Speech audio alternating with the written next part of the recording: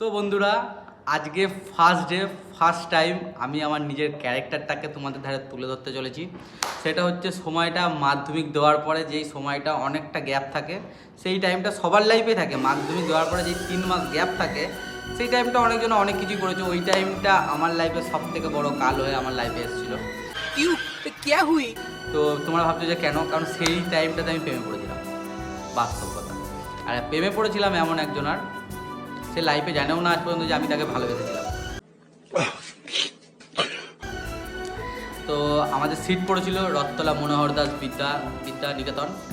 আশা করি তোমরা যারা লোকালে, আমার এই আশেপাশে লোকালে বাড়ি, তারা জানবে। রথতলায় আমার সিট পড়ে মাধ্যমিকের। তো সেইখানে পরীক্ষা দিতে গিয়েই, আর এগুলো কিন্তু আমি একটা মিথ্যা কথা বলছি না, সিরিয়াসলি এগুলো সব সত্যি কথা। সেইখানে একটা মেয়ের সঙ্গে আমার দেখা হয়, মানে মাধ্যমিক পরীক্ষার সময় জাস্ট একটা গলির সামনে গিয়ে আমি দাঁড়াই। মাঠের একটা গলি আছে রথতলার ওখানে, ওই গলির সামনে গিয়ে সব, এখন তো ছেলেরা ভেবে নাও রথতলা মাঠটাকে ঘিরে দিয়েছে, ওখানকার যে এমএলএ ছিল খোকন দাস।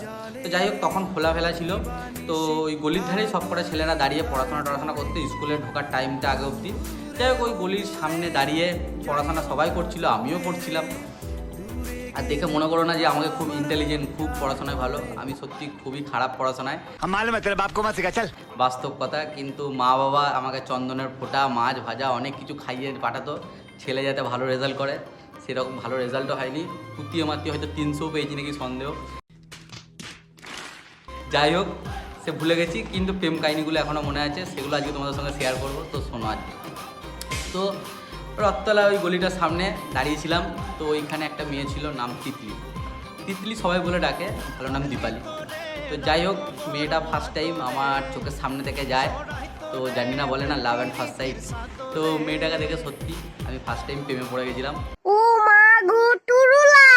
আর মাধ্যমিক পরীক্ষা আমার উঠে গেছিল, কারণ যখন জানলার সামনে বসে লিখছিলাম, তখনও দেখছি জানলা থেকে উঁকি মেরে দেখছি যে ওই গলিটা থেকে বেরোচ্ছে। আর পড়াশোনা আর লেখা সব আমার ষষ্ঠী পুজো হয়ে গেছিলো মাধ্যমিকের সময়। বাস্তব কথা, এটা সত্যি কথা বলছি, আমি একটা মিথ্যা কথা বলছি না। যাই হোক, তো 5 নাম্বারটা উঠিয়েছি, এটাই বিরাট বড় ব্যাপার। তো মেয়েটাকে দেখতাম বেশিরভাগ টাইম, লেখাটা খুব কমই হতো। আর কি বলবো, যে সব কিছু পরীক্ষা টরীক্ষা হয়ে যাওয়ার পরে 24 ঘন্টা আমার আড্ডা ছিল সেই রথতলাতেই। 24 ঘন্টা আড্ডা মারতাম রথতলাতে। কেন? মেয়েটাকে একটা ঝলক দেখার জন্য। তোমরা বিশ্বাস করবে না হয়তো, মেয়েটাকে শুধু দেখার জন্য।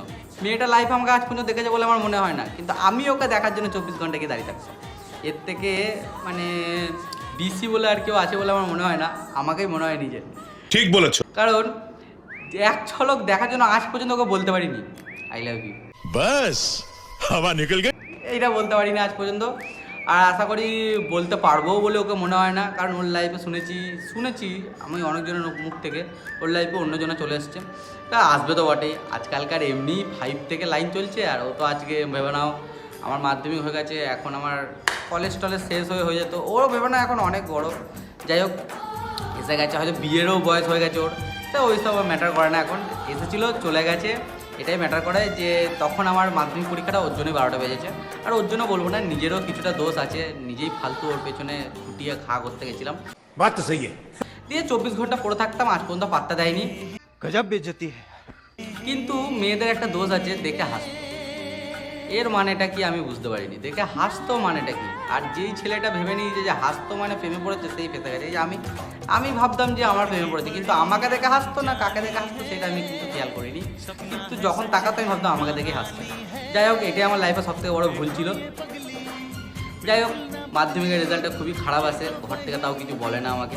पिक्चर अभी बाकी है मेरे दोस्त।